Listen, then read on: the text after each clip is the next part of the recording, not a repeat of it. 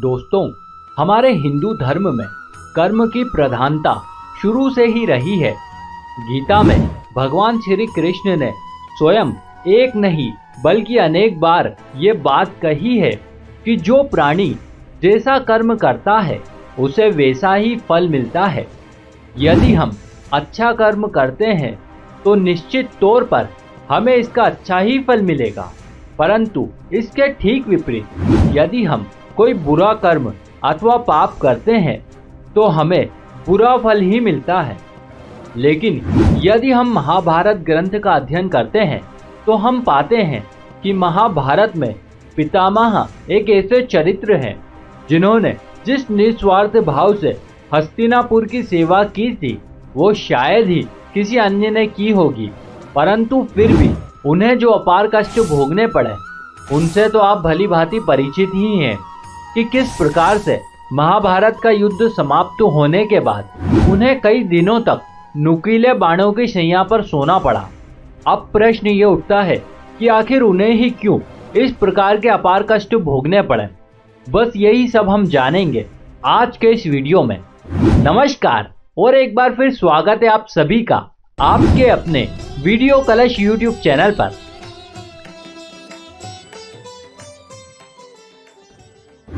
भीष्म पितामह 58 दिनों तक बाणों की शैया पर लेटे रहे।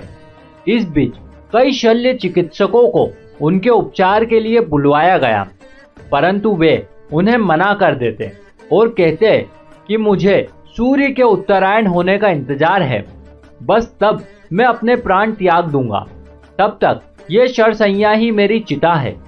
वैसे आप तो जानते ही है कि वे ऐसा सिर्फ इसलिए कर पाए क्योंकि उन्हें अपने पिता महाराज शंतनु से इच्छा मृत्यु का वरदान प्राप्त था।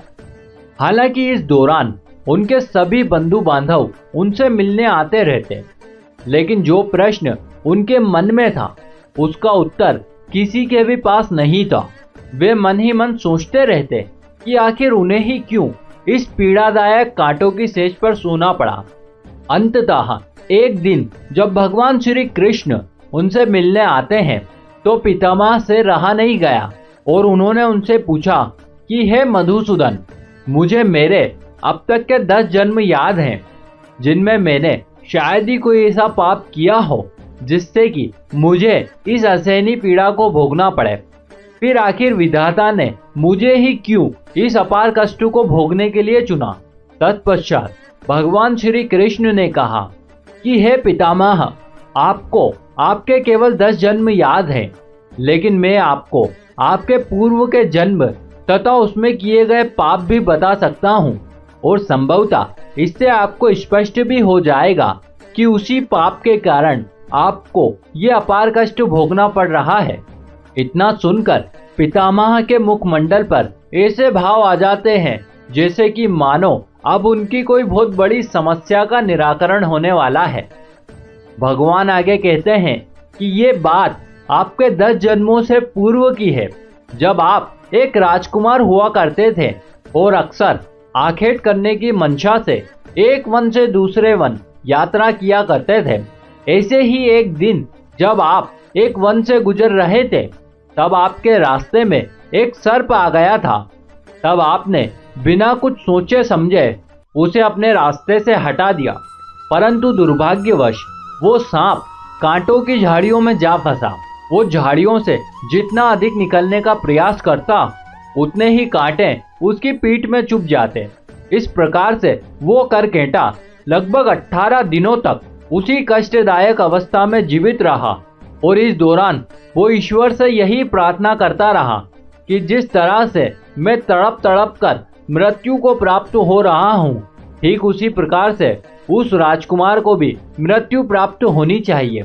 और अंततः एक दिन उसने अपने प्राण त्याग दिए। इसी वजह से हे पितामह, आप अपने उसी पाप का फल भोग रहे हैं। परंतु इतना सुनकर पितामह के मन में एक और नया प्रश्न जन्म ले लेता है। वे कहते हैं कि हे मुरलीधर, यदि ऐसा है तो फिर कैसे मैंने अपने पूर्व के 10 जन्म बिना किसी कष्ट के बिताए? आखिर क्यों मुझे उस पाप की सजा अगले जन्म में नहीं मिली?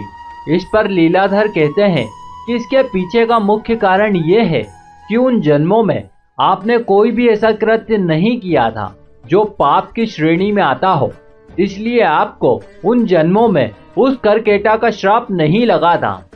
इतना सुनकर पितामह कहते हैं कि हे देवकी नंदन, कृपया मुझे बताएं कि आखिरकार इस जन्म में मुझसे ऐसी क्या भूल हो गई जिसकी वजह से मुझे इतने पुराने श्राप को भोगना पड़ रहा है। इस पर वे कहते हैं कि हे पितामह, भला इसमें भी कोई कहने वाली बात है, क्योंकि सत्य तो आपसे भी छुपा नहीं है। परंतु फिर भी यदि आप कहते हैं तो मैं आपको बता देता हूँ कि इस जन्म में जब आपने हस्तिनापुर की रक्षा करने का प्रण किया और साथ ही उसका पालन भी किया, परंतु फिर भी आपने हस्तिनापुर की गद्दी पर बैठने वाले उस अधर्मी और अल्प बुद्धि वाले अत्याचारी दुर्योधन का साथ दिया। बस यहीं से आपके पहले पाप की शुरुआत हो गई थी। इसके बाद आपसे दूसरा पाप तब हुआ जब आपकी आंखों के सामने उस भरी सभा में पांडवों के साथ द्यूत कीड़ा में छल और आपकी कुलवधू का चीरहरण हुआ।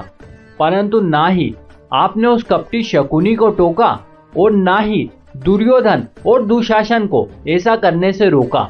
बस इन्हीं कुछ पाप कृत्यों के कारण आपके पुण्य कर्मों का क्षय हो गया और पूर्व जन्म का पाप पुनः एक बार फिर से फलित हो गया और परिणाम आपके सामने है। इतना सुनकर पितामह के मुखमंडल पर एक नई चमक तेर उठी, मानो अब उनके सारे कष्ट समाप्त हो गए हों। उन्होंने श्री कृष्ण का हाथ थाम लिया और प्रभु ने भी पितामह को अपने हृदय से लगा लिया। जल्द ही सूर्यदेव उत्तरायण हो गए और माघ मास का शुक्ल पक्ष आया। तब भीष्म पितामह ने अपनी देह त्यागी और वे सदा सदा के लिए परम में विलीन हो गए। तो दोस्तों, अब तो आप जान ही गए होंगे कि किस प्रकार से हमारे द्वारा किए गए सत्कर्म ही हमें कष्टों से बचाते हैं और किस प्रकार से हमारे द्वारा किए गए दुष्कर्म ही हमारे कष्टों को और भी बढ़ा देते हैं। इसी के साथ हमारी आज की जानकारी भी यहीं समाप्त होती है। हम उम्मीद करते हैं कि आपको ये जरूर अच्छी लगी होगी। यदि आप भी इस विषय में कुछ एक सकारात्मक विचार रखते हैं तो नीचे दिए गए कमेंट बॉक्स के माध्यम से हमें जरूर बताइएगा। देखते रहिए वीडियो कलश यूट्यूब चैनल। आप सभी का बहुत बहुत धन्यवाद।